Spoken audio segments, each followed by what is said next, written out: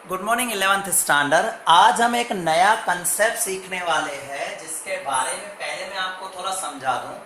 देखो, जब भी हम परचेस करते हैं तो हमारी परचेस की एंट्री क्या होती है? Purchase account debit. जब भी हम परचेस करते हैं तो हम क्या लिखते हैं? Purchase account debit to cash account, right. ये हमारी परचेस की एंट्री हम लिखते हैं अगर हम कैश पे परचेस करते हैं। बट अगर मान लो हमने क्रेडिट पे परचेस किया है तो परचेस अकाउंट डेबिट तो पार्टी का नाम आ जाता है, राइट। अब एक बात ध्यान रखो, जब भी हम परचेस करते हैं तो हमारे पास क्या आता है? गुड्स आते हैं। मैंने आपको याद होगा बताया था, गुड्स अकाउंट डेबिट लिखते थे हम। गुड्स अकाउंट डेबिट या परचेस अकाउंट डेबिट लिखते थे। वो कंसेप्ट हमारा क्लियर है, हमने पहले भी सीख लिया है। आज मैं आपसे कुछ क्वेश्चन पूछने जा रहा हूं, ध्यान से ऑब्जर्व करना, राइट। सपोज एग्जांपल ले लो, आपने ध्यान से ऑब्जर्व करना, कुछ कॉस्ट जिसकी परचेस प्राइस, आपकी परचेस प्राइस किसी ड्रेस की है 400 रुपीज।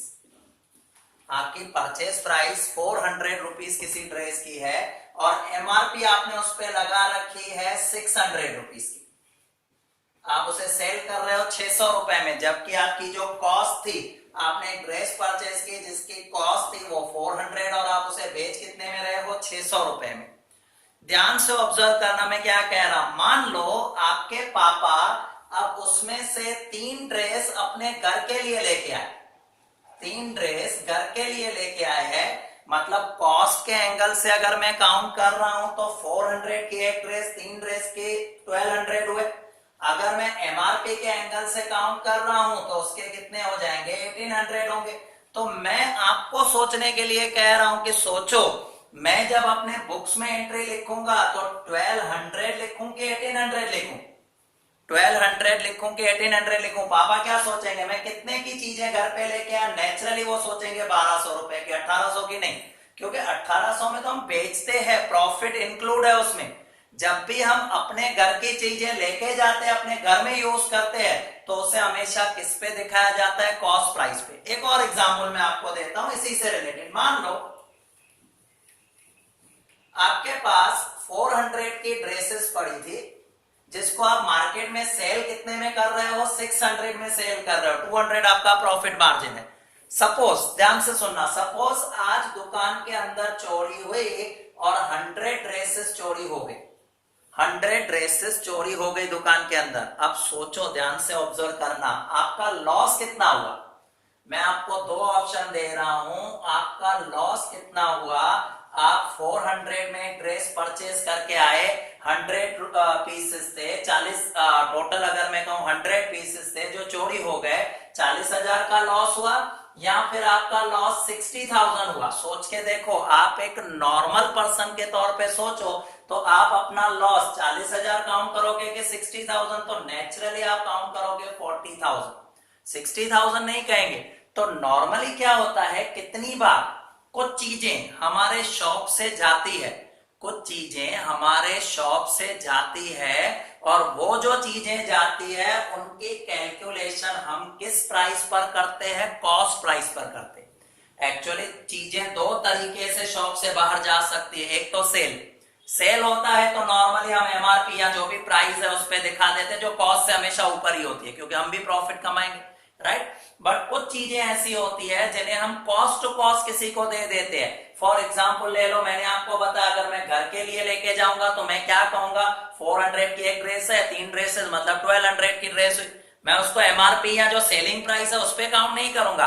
या अगर बाय चांस चोरी हो जाती है तो चोरी में लॉस जो काउंट होगा, मान लो इंश्योरेंस कंपनी आपको आपका लॉस दे रही है तो वो आपको 40,000 देगी, 60,000 नहीं देगी, क्योंकि आपका रियल लॉस तो कितना हुआ है? 40,000 ही हुआ है। तो कुछ ऐसी चीजें होती है, कुछ ऐसे इवेंट होते हैं जिनमें अगर हमारे शॉप से चीजें बाहर जाती है तो उसे हमेशा किस पर दिखाया जाता है? Cost price. और ऐसे केस में जो कॉस्ट प्राइस होती है उसके लिए जो वर्ड यूज किया जाता है वो परचेस यूज किया जाता है। कैसे? एक एग्जाम्पल या कुछ एग्जाम्पल के साथ हम इस बात को समझेंगे। मैं समझा रहा हूं, कुछ एग्जाम्पल देके इसको क्लियर कर रहा हूं।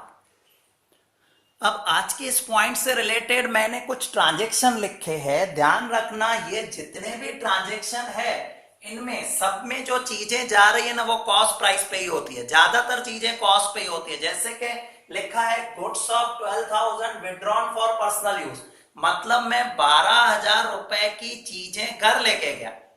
12,000 रुपए की चीजें घर लेके गया तो मैंने आपको बताया था पहला ट्रांजेक्शन है, राइट। डेट में फर्स्ट दिखा देंगे। 12,000 रुपए की चीजें मैं घर लेके गया। पहला रूल सोचो, डेबिट व्हाट कम्स इन, दुकान में कुछ आया नहीं, एक्सपेंसेस नहीं है। डेबिट द रिसीवर, रिसीवर कौन है? ओनर। ओनर ओनर अगर कुछ लेके जाता है तो वर्ड हम क्या यूज करते हैं? ड्रॉइंग। तो यहां पर वर्ड आ जाएगा ड्रॉइंग अकाउंट डेबिट। कितना अमाउंट है? 12,000। ये मैंने 12,000 दिखा दिया। अब टू में देखने जैसी बात है, यही न्यू पॉइंट है जो आपको आज मैं सिखाने जा रहा हूं। ध्यान से ऑब्जर्व करना। टू में क्या है? टू में आप सोचो, क्रेडिट व्हाट गोज आउट, दुकान से गया। यस, दुकान से 12,000 रुपए की चीजें गई है और चीजें गई, बट हम उनको सेल नहीं कह सकते। कॉस्ट प्राइस पे चीजें गई। याद रखो, जब भी कॉस्ट प्राइस पे चीजें जाती है तो उसके लिए वर्ड यूज किया जाता है परचेस अकाउंट। अब क्वेश्चन माइंड में आएगा, सर परचेस क्यों? परचेस तो हमने की नहीं। परचेस की नहीं, एक्चुअली ऐसा हुआ जब हमने चीजें परचेस की। सपोज मैं 50,000 की चीजें परचेस करके आया था, तो जब चीजें आई थी तो आपने 50,000 परचेस अकाउंट डेबिट लिख लिया था 50,000। आज उनमें से 12,000 की चीजें वापस चली गई। 50 में से 12 की चीजें मान लो मैं घर लेके गया, तो इसका मतलब ये चीजें जा रही है। जब हम लिखते हैं ना परचेस अकाउंट डेबिट, तो वो चीजें हमारे पास आती है तभी हम उसे डेबिट करते हैं। बट जब चीजें हमारे यहां से जाती है, वर्ड परचेस प्रॉपर वर्ड नहीं है, बट हम ऐसा मान के चलते हैं कि मैं 50,000 की परचेस करके आया था कॉस्ट प्राइस की, उसमें से 12,000 की मैं घर लेके गया। बाकी दुकान में जो परचेस रहेगी वो कितने की रहेगी? 38 की रहेगी। तो 12,000 रुपए हमने कहां दिखा दिए? क्रेडिट में। कि ऐसा समझो ये परचेस हुई नहीं, ऐसा समझो कि इतनी परचेस हमने कम की। तो जब परचेस की थी तो डेबिट किया था, अभी परचेस वापस जा रही है तो उसे क्रेडिट कर सकते हैं, राइट। सेकंड भी उसी तरह का है। Goods of 10,000 burned by fire, goods of ₹10,000 burned by fire. सोच के देखो, पहला rule debit what comes in, कुछ आया नहीं। सेकंड नंबर होता है एनी एक्सपेंसेस और लॉस, ये लॉस है हमारा। Goods of ₹10,000 burned by fire, ये हमारे लिए क्या हुआ? लॉस है। तो वर्ड क्या आएगा? Loss due to fire account debit. Loss due to fire account debit, ये हमारे लिए एक तरह का लॉस है।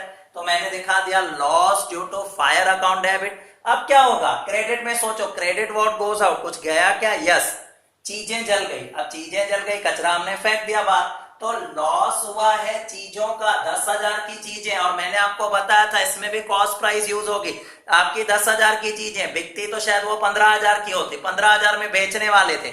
बट जब लॉस होगा तो आप क्या काउंट करोगे? मेरी कितनी चीजें थी? 10,000 रुपए की चीजें थी, कॉस्ट प्राइस पे चीजें जा रही है, तो वर्ड क्या यूज हो जाएगा? परचेस अकाउंट यूज होगा। तो परचेस अकाउंट खास याद रखो, जब भी गुड्स गुड्स गुड्स वर्ड आगे आता है तो परचेस ज्यादातर हम यूज करते हैं। कितने की चीजें थी? 10,000, तो ये मैंने 10,000 दिखा दिया।